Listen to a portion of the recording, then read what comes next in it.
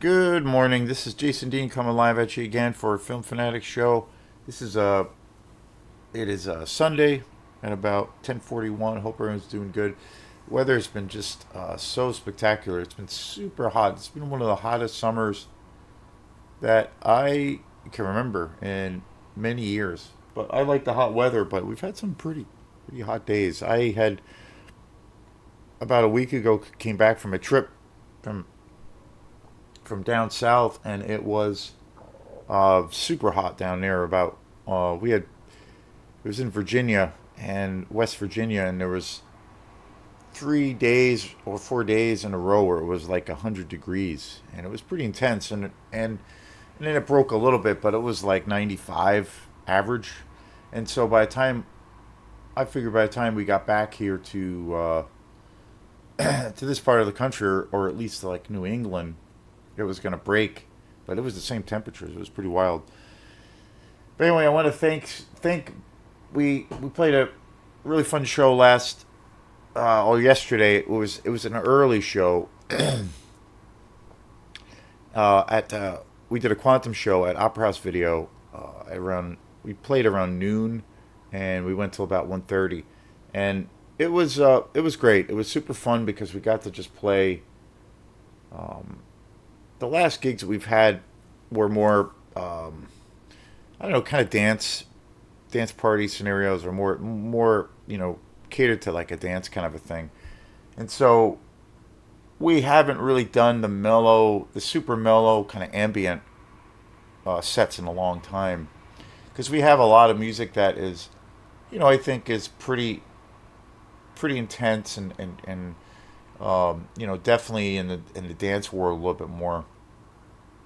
But we also have a lot of tunes and music that is like really inspired by a lot of lounge music, the obvious soundtrack influence from movie scores, um, and a lot of jazz, and then also a lot of ambient music.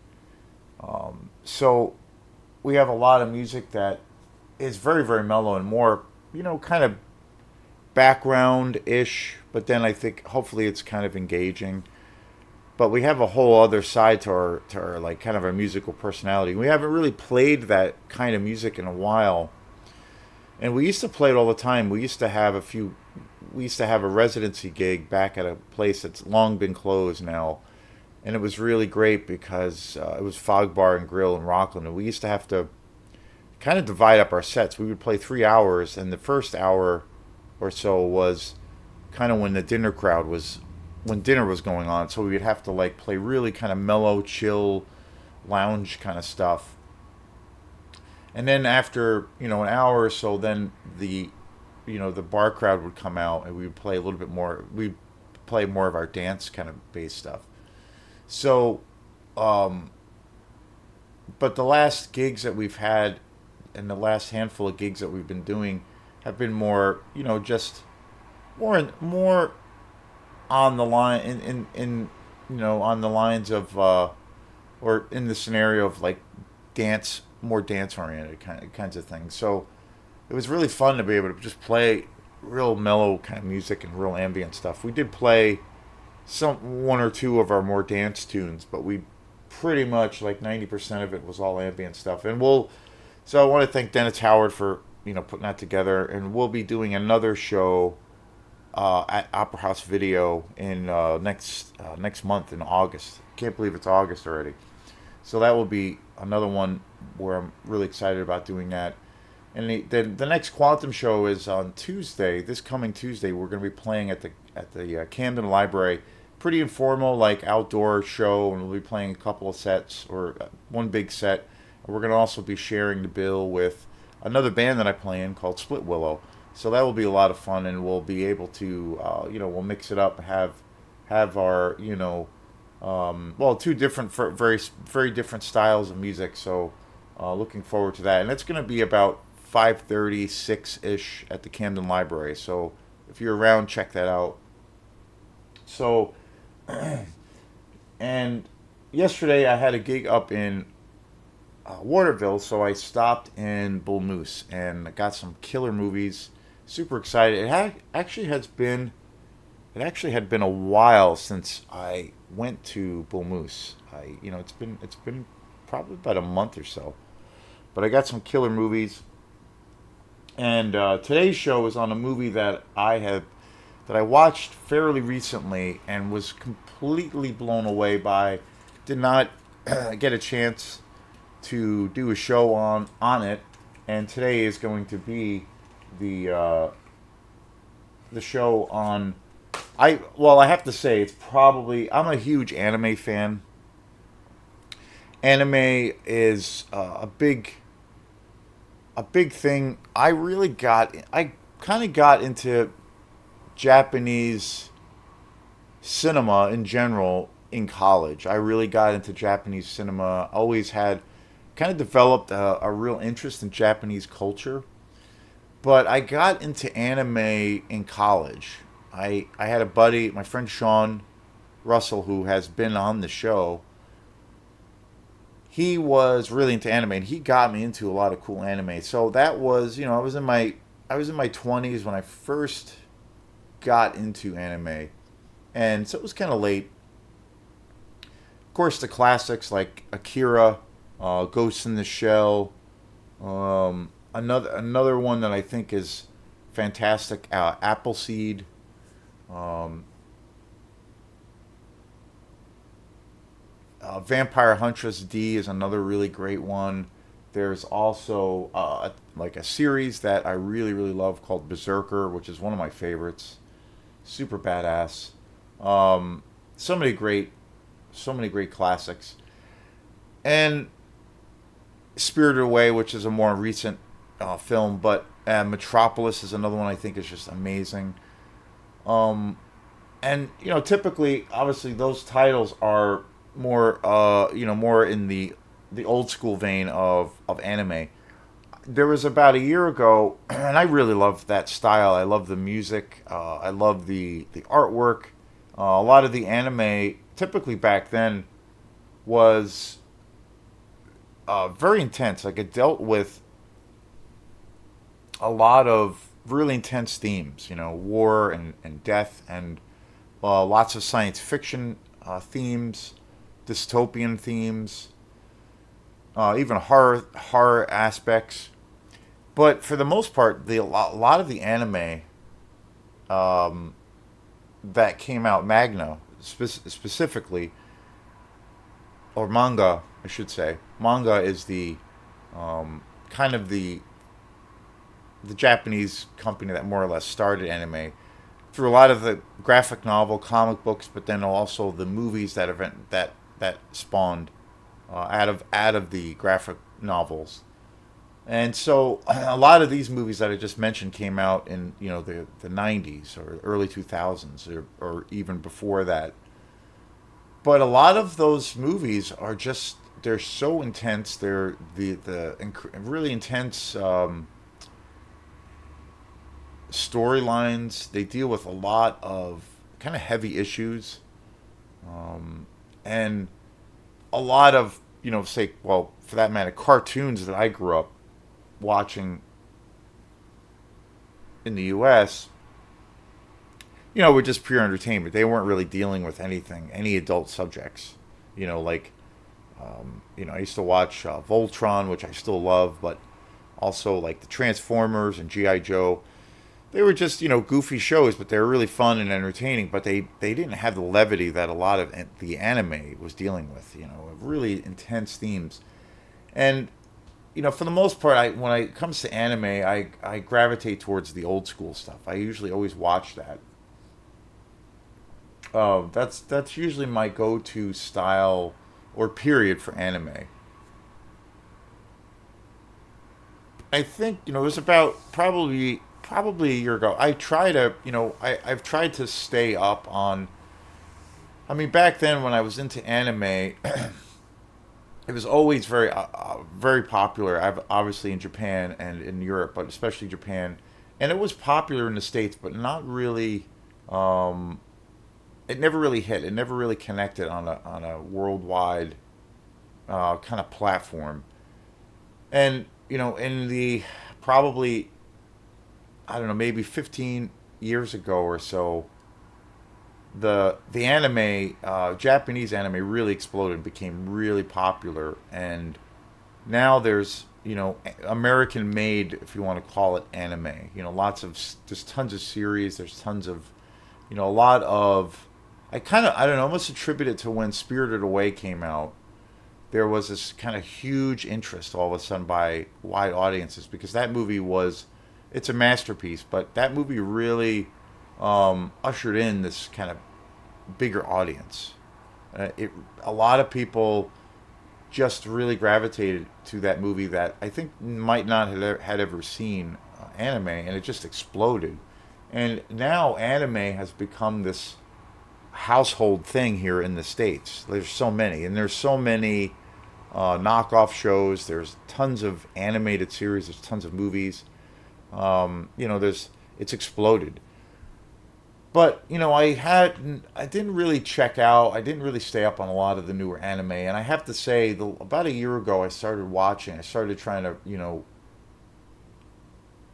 investigate a lot of newer movies that were coming out in that style, and I have to say, I've seen some really great films, but there, also felt or feel that you know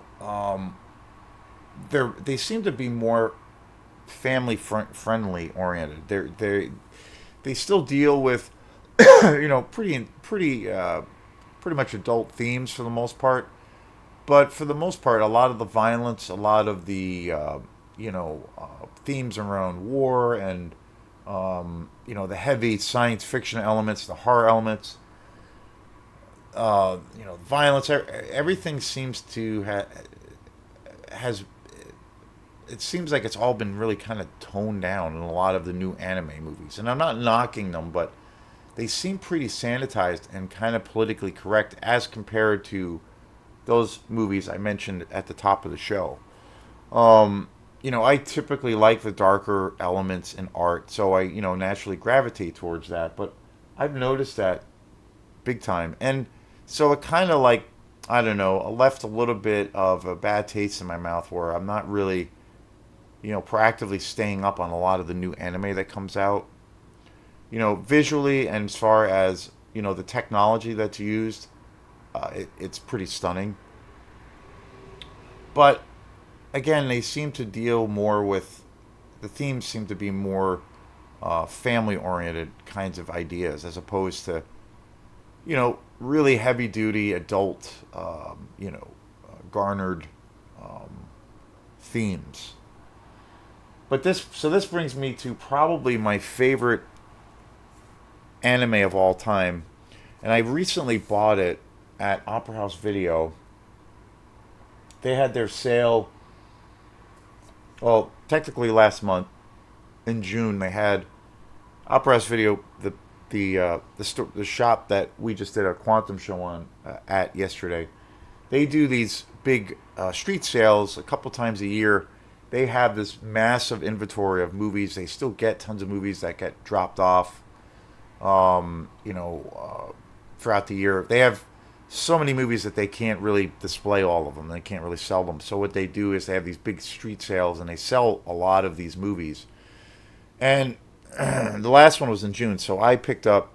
I have to say it's I for my money. There's so many great titles. There's so many classics in the anime genre, but I have to say that this is probably my favorite, and that is Perfect Blue.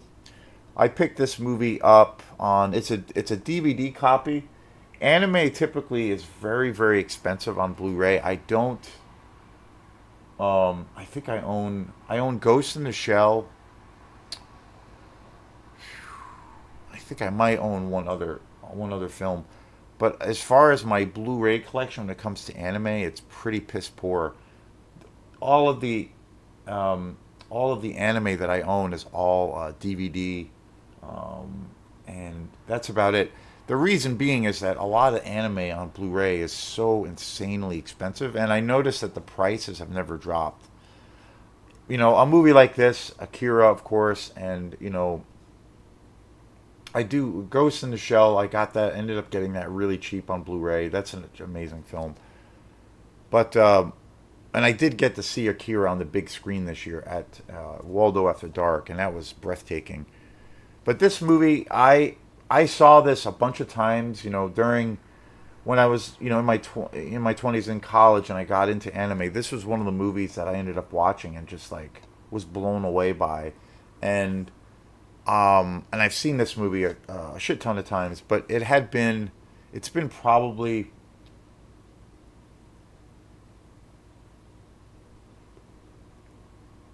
easily over 10 years since I've seen Perfect Blue. So when I saw it at the sale, I snagged it up, and I watched this about 3 or 4 nights ago, and I was just floored by how what a masterpiece this movie is. It's such a dark movie. It's such like I always forget how dark this movie is and how fucked up it is when it because it really deals with um, really deals with identity, but it really deals with like this notion of like what stardom is. There's also this. It's like also like a real heavy mystery movie, murder mystery film. It's also about this woman who's a stalker, and it's super violent, it's super dark, but it's such an amazing movie. The music, everything about this movie, it's probably the darkest anime movie I've ever seen. And but it's so well crafted. I love that it's essentially a mystery. And you don't know who, quote unquote the killer is until the very end. And I love that aspect of it. And it has this real kind of slow at times. It's a little, it does have a lot of action and it's very, very violent. But there is this like slow pace to this movie that I forgot about. And I love how it, it unravels like a really good thriller, or a really good mystery. It's definitely a thriller first and foremost. And it deals with like heavy issues like anime does. The notion of what celebrity of being a celebrity is, and being typecast, and a person losing themselves in this like fake for persona that they've created. Just incredible, just an amazing film, super intense, super riveting. It's kind of got this Hitchcock vibe to it. This transfer is gorgeous. Super excited. I bought this for like, I don't know, it was like $3 or $4, maybe less. They didn't have. They have at Opera House Video. They actually have a really big anime selection, or section. So I was super psyched. Should I get this on Blu-ray? Absolutely. One of these days I will. I typically don't seek out a lot of anime on Blu-ray. Like my priority with as far as my collecting of movies is to buy as many kind of exploitation movies as I can. So, but this is a must see. If you've never seen this movie, I don't think this movie is as popular or say is as well known as you know the, the movies I mentioned, like Akira or Ghost in the Shell and things like that. I don't think this movie is as much of those movies. I feel are like very popular, but they're also, I don't know. They're people are aware of those movies, even who are not necessarily interested in anime. But this movie, I feel like, is a little bit more under the radar. I've talked to a lot of people who are into anime and they've never seen this movie.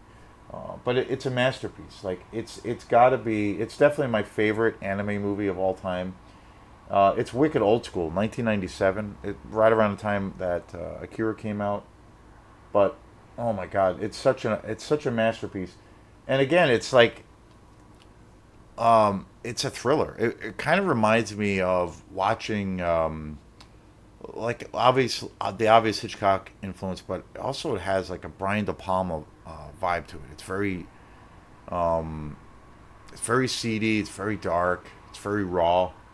Um, yeah, it's a harrowing movie and experience. Love this movie to death. It's definitely my favorite anime. I can't watch it again.